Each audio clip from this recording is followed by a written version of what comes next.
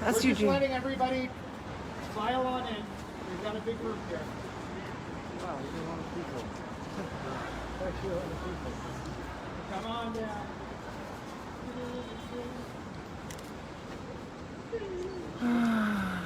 Yeah.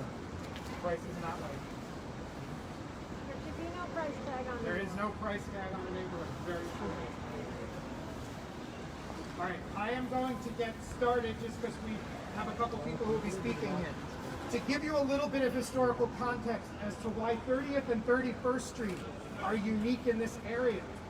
When the Pennsylvania Railroad came in and bought up the land basically from the Hudson to Broadway, this street was spared, meaning this was the Tenderloin District. And so the Tenderloin District was considered to be very depressed, but it wasn't. There was a lot of life here as well. It's almost an argument we've been having for generations after generations. 30th Street was spared massive demolition by the Pennsylvania Railroad. So some of the buildings we'll be speaking about are not only the oldest on the block or in the neighborhood, they're the oldest in Midtown. There's a lot of history, and Brad's going to enlighten you to some of the history and some of the good buildings right here. But we're talking about the 1860s and 70s, far before Penn came. We also have residents who call this street home as well. Also, you may have noticed we passed a cigar shop. Small businesses. This is not big box business. This is Jane Jacobs, low, on the street, active business on 30th Street. Don't get rid of it. All right, Brad, I'll turn it over to you. Great. Now, oh, it looks like a wedding cake step sacred room. What year are we talking about? 1916. 1916, but in some cases the buildings came after the law.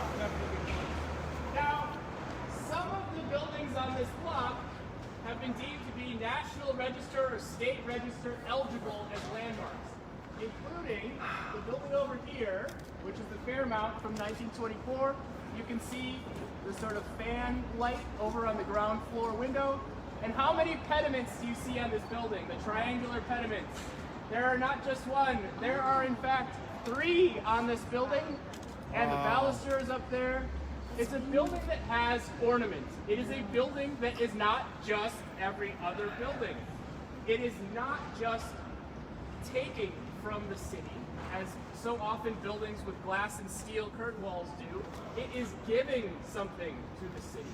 It is giving people something to look at, something to remember, something to find iconic. Now, there are multiple buildings on this street that as they went through the process, the State Historic Preservation Office first said we're state and national register eligible. And then later in the process, they said they weren't. Very interesting. I think it's really important to make sure that we follow those leads and figure out why, because there are buildings like 247 West 30th. There are buildings like 259-631. So some of these buildings that you see right here, and they're buildings that you can obviously see have retained ornament, have retained form, things that give you a sense of when they are from. Also, exactly, we're talking about that sort of Art Deco era, or the lead up to Art Deco. But I also want to talk, and we'll talk about this some more, think about all the work that went into making these buildings at that time. In some cases, horses are still being used at points in the process to get the bricks that you are seeing here made, transported, etc. Coal is being burned. Human energy is being used to put these buildings together. So keep that in mind, because we're going to talk about that a little bit further down here. And then we're going to zoom out and think about what happens when you multiply that from one building across all the buildings on the site. Adds up. Yes? Yeah. How many from the old Superman show or Superman movie back then?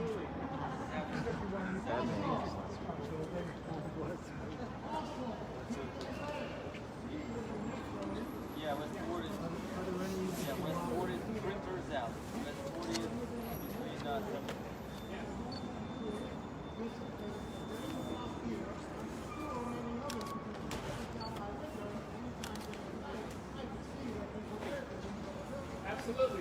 Eugene here is also going to speak as a resident of one of the buildings. One get up in here, people can see it really built it up. Gene, woo! Speak loudly, please. So I'm a resident at 251 West 30th Street. We've lived there for 40 years. Many of my neighbors here. We have 6 senior families that live at 251 West 30th Street. The building was built in 1927. It was also known for many, many years as the Recording and Rehearsal Arts and Music Building that supported the arts and music.